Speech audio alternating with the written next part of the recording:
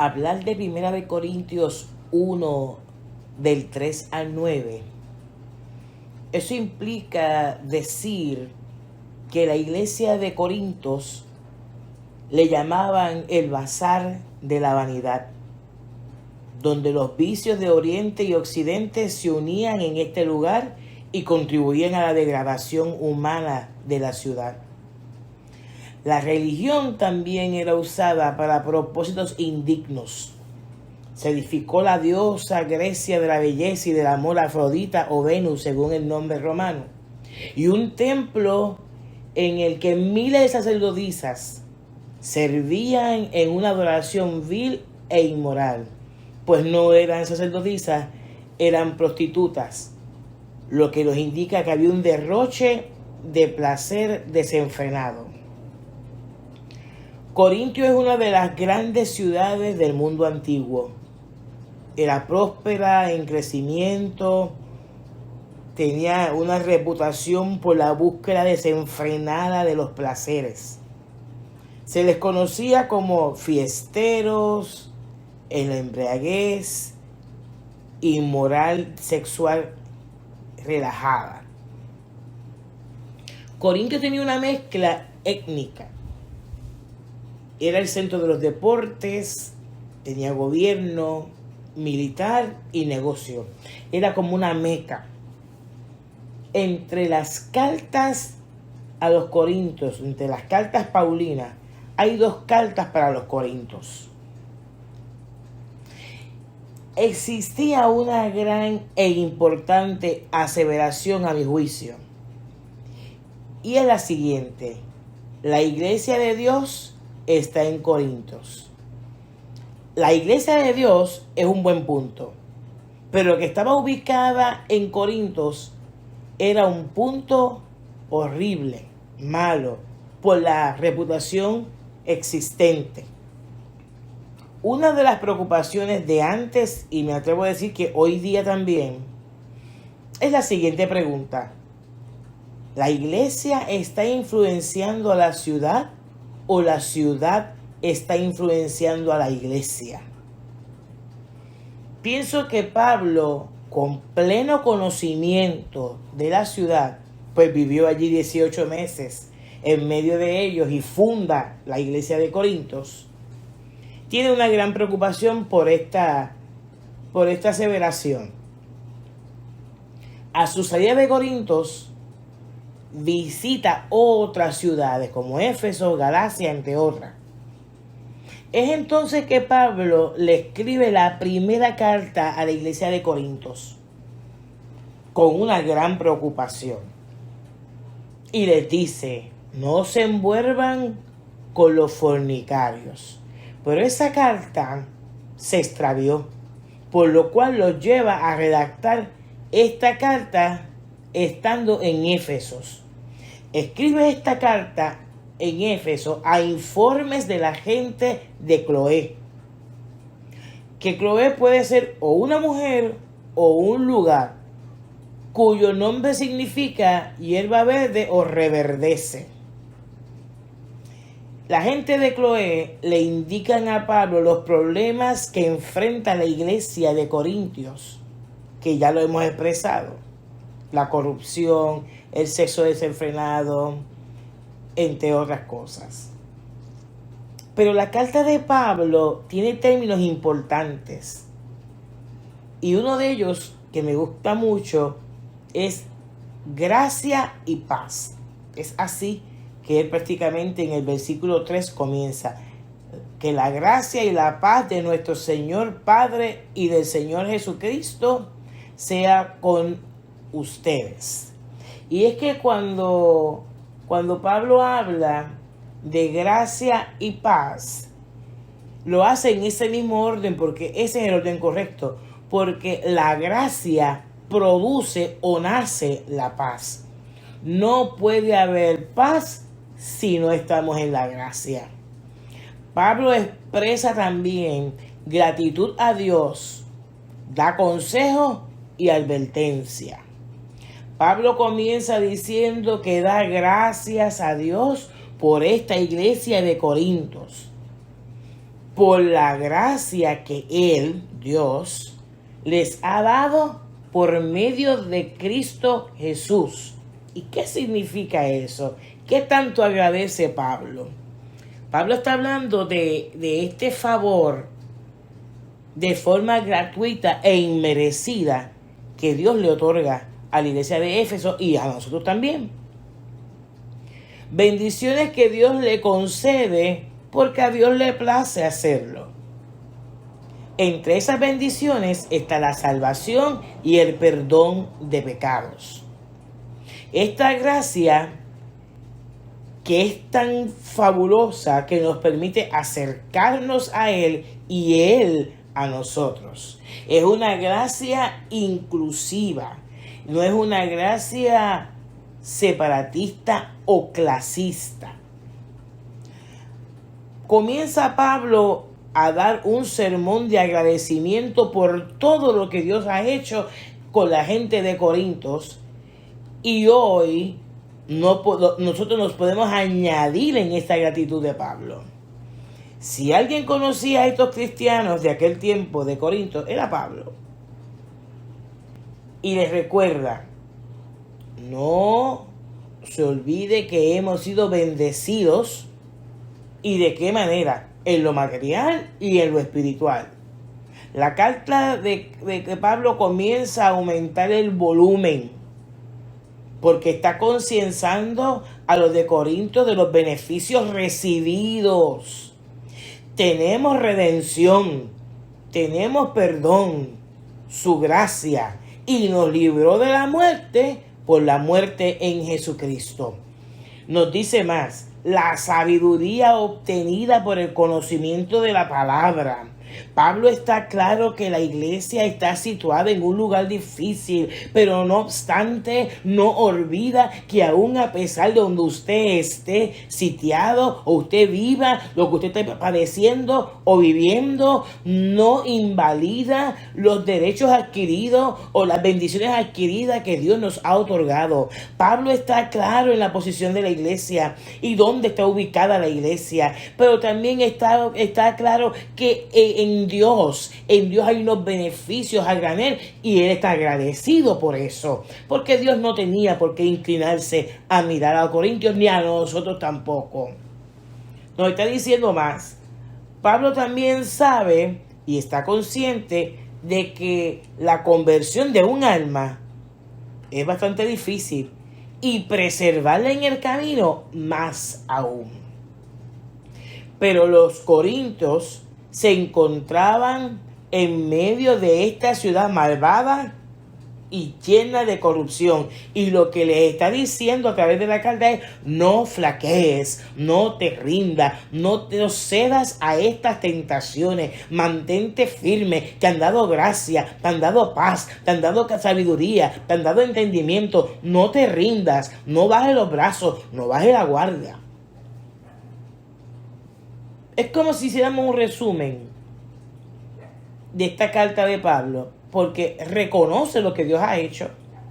Y Pablo está concienzando a esta ciudad de Corintios que se mantenga firme, y le dice: es necesario que exista en medio de esta corrupción, en medio de esta depravación, en medio de este desenfreno, que exista una iglesia que se mantenga aún en pie en medio de los tiempos que vive. Es necesario que la iglesia se mantenga firme, que no ceda a estas tentaciones. Incluso elogia la rica bendición que Dios había derramado sobre ellos, porque le dio bendición en riquezas espirituales. Más allá, le dio también la sabiduría obtenida por el conocimiento de la palabra. Y este conocimiento de la palabra era en toda la palabra y en toda ciencia.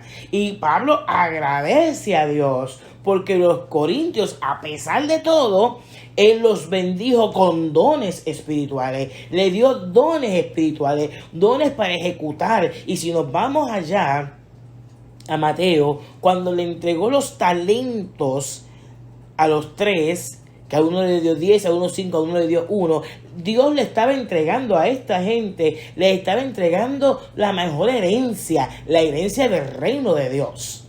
Así que él está contento porque también acá vuelve Dios y hace el mismo gesto y le entrega dones espirituales. Le agradece al Señor porque cree que aún en medio de tantos problemas en una ciudad inmoral, esto se puede mantener firme hasta el día que el Señor regrese. En medio de dificultades y de imperfecciones de una iglesia, hay muchas virtudes. Y hoy Pablo está diciendo claramente que hay problemas sociales y él lo sabe. Yo sé que hay problemas sociales y hay problemas espirituales. Yo conozco la corrupción que está rampante. Hay violencia ética, que es como el pan nuestro de cada día. La pobreza ha aumentado en nuestra tierra también. La delincuencia parece nunca acabar, pero es necesario que nos acordemos de esa gracia y de la paz que Dios nos ha otorgado. No olvidemos el enriquecimiento recibido por la palabra y el conocimiento por medio de una gracia inmerecida. Mantente firme, sostente de pie, iglesia. Hay que tener claro que Pablo está escribiendo a estos cristianos, pero dentro del grupo de los corintios hay un grupo que no validan el apostolado de Pablo y hasta se lo cuestionan, no creen en él. Esto no puede estar sucediendo entre nosotros. Oiga esto. Pablo comienza entonces, como diría en buen luquillense, pica adelante. Y comienza diciendo, a mí me llamó Dios, camino a Damasco. No, yo no anduve con los 12 apóstoles, yo no anduve con él, pero estoy consciente de que él me llamó. Pudiera interpretarse la carta como un sarcasmo, pero otros ven esta carta como un honesto agradecimiento de parte de Pablo por los cristianos de Corintios y por la gracia que han recibido. Pablo ama a esta iglesia y sabía muy bien sus debilidades. Ama lo que Dios ha hecho en medio de la iglesia de Corintios. Ama y nos dice a nosotros, reconozco lo que también ha hecho en medio de usted. Más que eso, Pablo, dentro de ese amor que tiene por la iglesia fundada, está diciendo, la iglesia tiene que seguir buscando y alimentando su llamado, tiene que seguir bendiciendo su ministerio, extendiendo y expandiendo este llamado. Necesitas no enterrar, necesitas levantar este llamado y las habilidades que Dios te ha dado en medio de los tiempos. Nos ha dado tanto Dios que no somos merecedores, pero al momento de adquirirlo tenemos que ser buenos mayordomos de ella. En Corintios la cosa no estaba mal, no iba bien, no estaba bien. Y si miramos el mapa nuestro, tampoco acá está nada bien. No tan solo se corrompió la religión en Corintios, sino que también se corrompió la filosofía griega. Estaba en plena decadencia. Pablo sabía que la ciudad que estaba llena de un desenfreno ante todas las pasiones.